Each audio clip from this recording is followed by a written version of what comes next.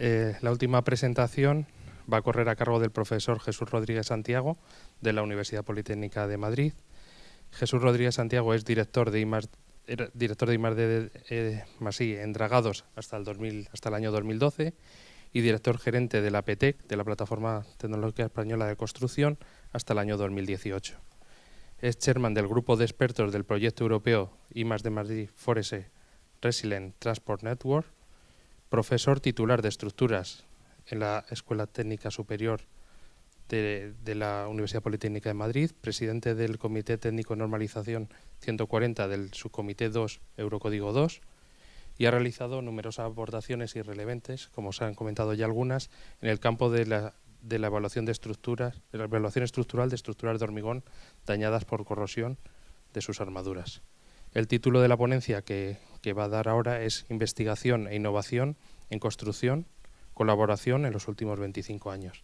Muchas gracias, Jesús, de nuevo por tu participación. La importancia de la colaboración en la innovación entre el mundo de la empresa y el mundo de la ciencia, vamos a decir, de los organismos de investigación, los centros de investigación, universidades como esta en la que estamos.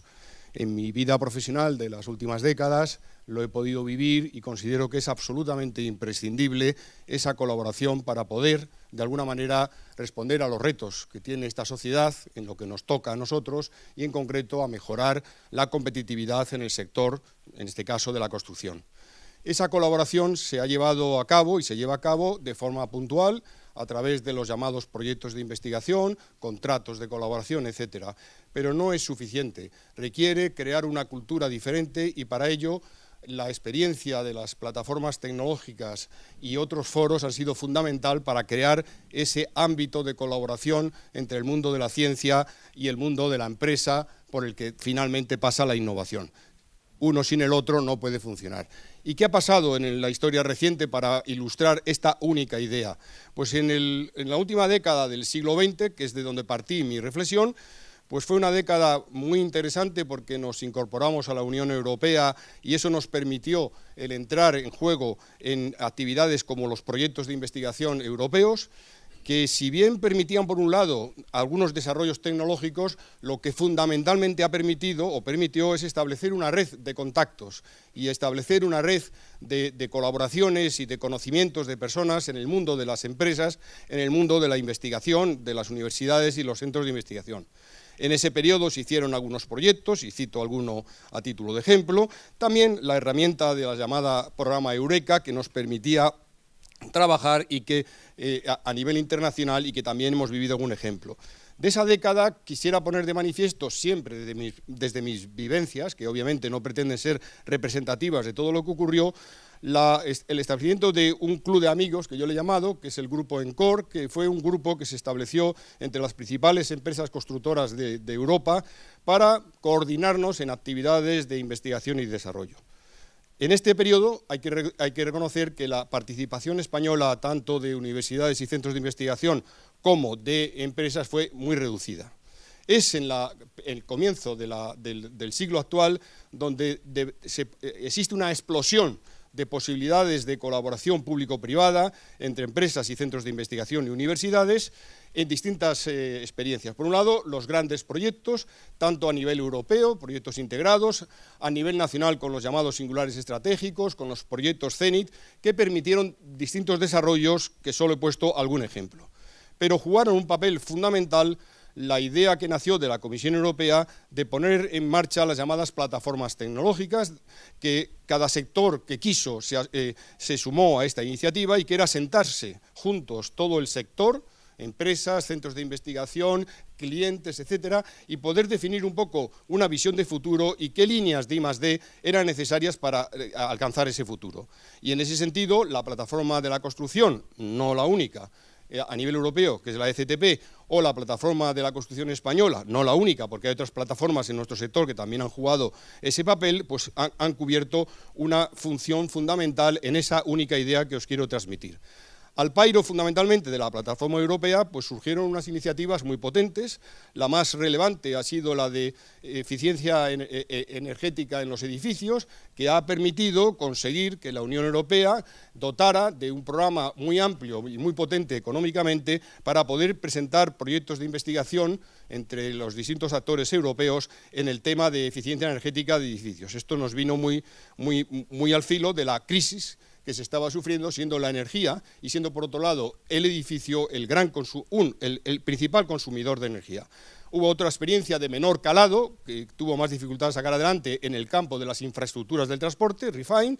y finalmente hubo una iniciativa muy interesante que era, al margen de los proyectos de investigación, etcétera, hay mercados que pueden ser líderes, y en la construcción se detectó en aquel momento el de la construcción sostenible, que lo que hay es que trabajar para remover los obstáculos que impiden la innovación, cuando ya existe el desarrollo tecnológico, pero no somos capaces de aplicarlo porque hay un montón de barreras en un mercado muy regulado, en una situación compleja, y se trabajó en esa iniciativa desde la Comisión Europea, eligiendo en el caso de la construcción el ejemplo de la construcción sostenible. Aquí ya hubo una potente participación española. Tengo que decir que más de empresas que de centros de investigación y universidades, pero ya la hubo ampliamente de todo el elenco que tiene que ver con el I+D+I.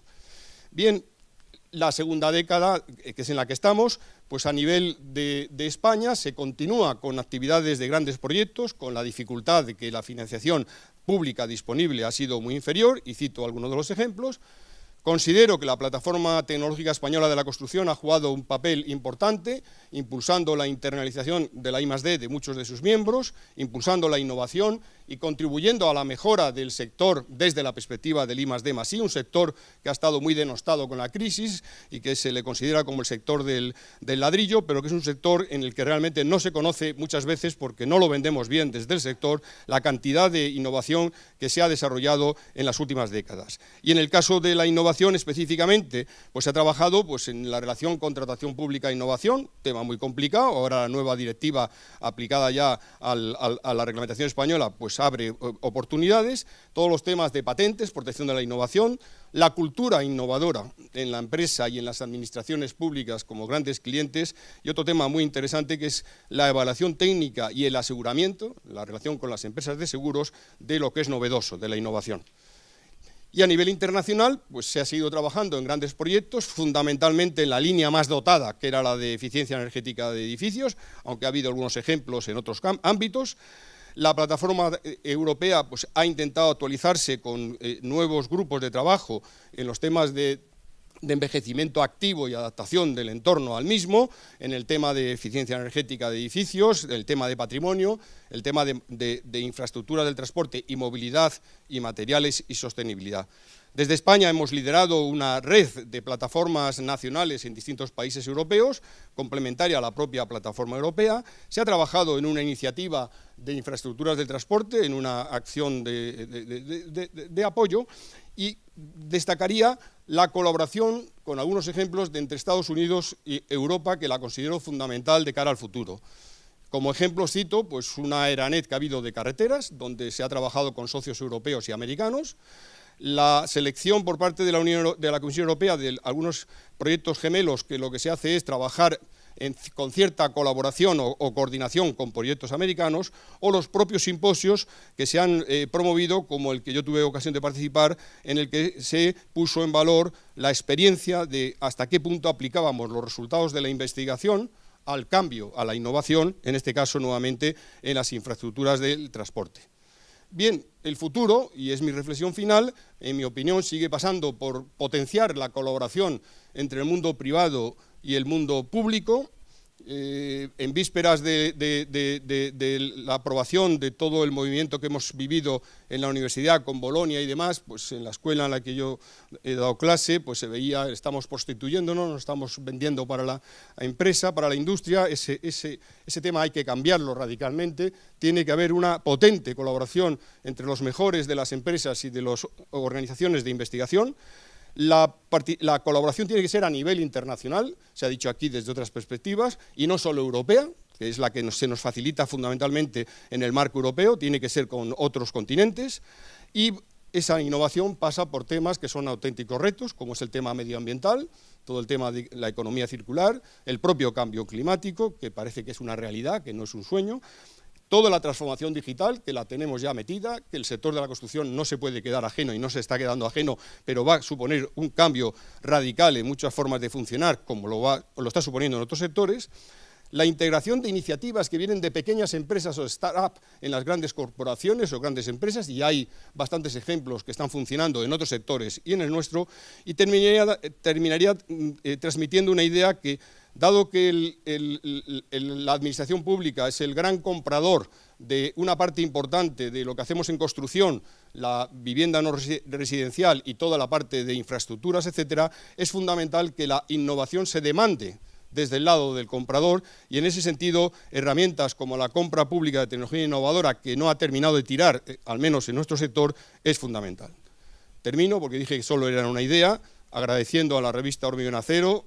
Yo sí que me he colado, porque no soy científico, no cumplo ninguna de las condiciones de todos los que habéis escrito, y esta experiencia la he vivido en Dragados y en Geocisa. Me acompañan algunos compañeros que hemos ido, por ejemplo, de Geocisa, dentro del grupo ACS, en la plataforma de la construcción española en la que he trabajado en los últimos años. Y bueno, ¿y por qué he contado esto? ¿Y a cuenta de qué viene esto? Es que no tenía otra cosa que contar. Bueno, pues porque realmente me une, además de otras cosas, a mi mujer, Mari Carmen, el que hemos compartido una misma visión del interés de colaborar entre organismos de investigación y empresas para terminar en la innovación, algo que hemos vivido en algunos ejemplos con alguno de vosotros. Muchas gracias.